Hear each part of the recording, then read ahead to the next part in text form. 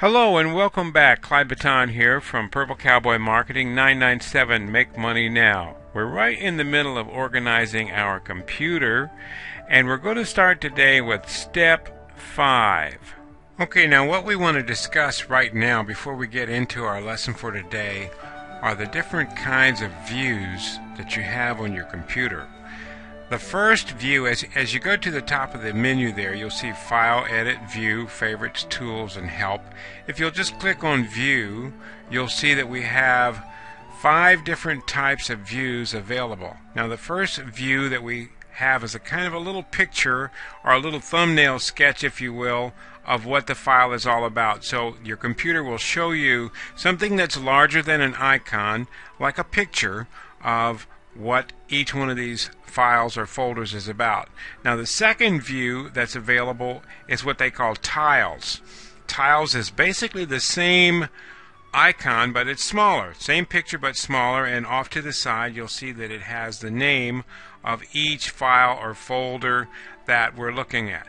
Now the third view is called icons. Here again, same little picture, but it's smaller now, and so it's starting to be an icon, and we have the name underneath each one of the icons in this listing, and this is usually a horizontal listing, as you can see here. Now the next view is the one that I use the most, which is a list, and here we're clearly focusing on what's important for us is the name of the file, not so much the icon. The icon here is actually tiny, but you can see over here that you've got a very clear listing of what the name of each item is on the computer. And then the last type file is what we call details. Now details is what we're going to be using today, because as we are organizing the files on our computer, what we're going to be doing is we're going to be discovering exactly what kind of file it is, and maybe when it was last modified, what the name of it is, what type it is, and how large it is. So you've got 4 different columns that you'll be using to reference these with, and I'm giving you this information up front so that as we get into our lesson you'll understand what I'm talking about. Okay, so let's go ahead and get started with our lesson.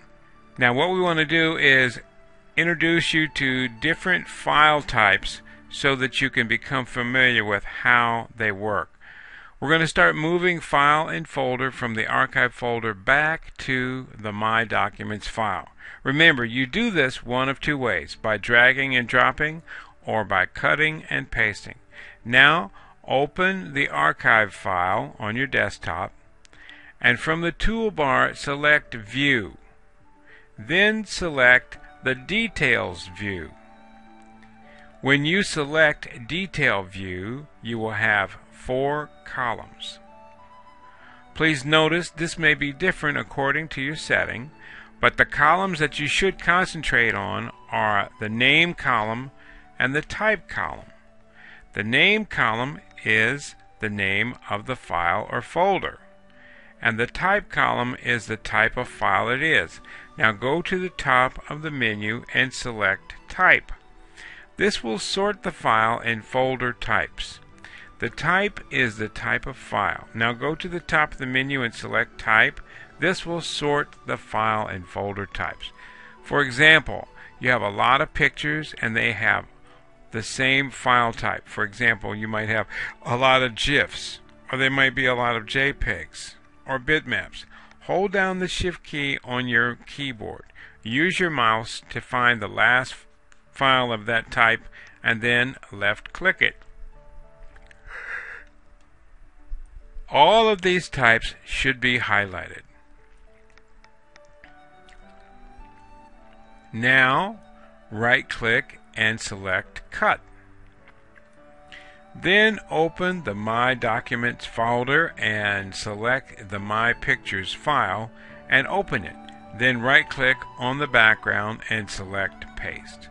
Now all the files that you just cut and pasted will be in the My Pictures file. Now repeat the process for any other files groups, for example music videos, software, etc. When you complete the file groups cut and paste, you will need to cut and paste individual files into the correct folders. Then all you should have left is the other folder that you have already created.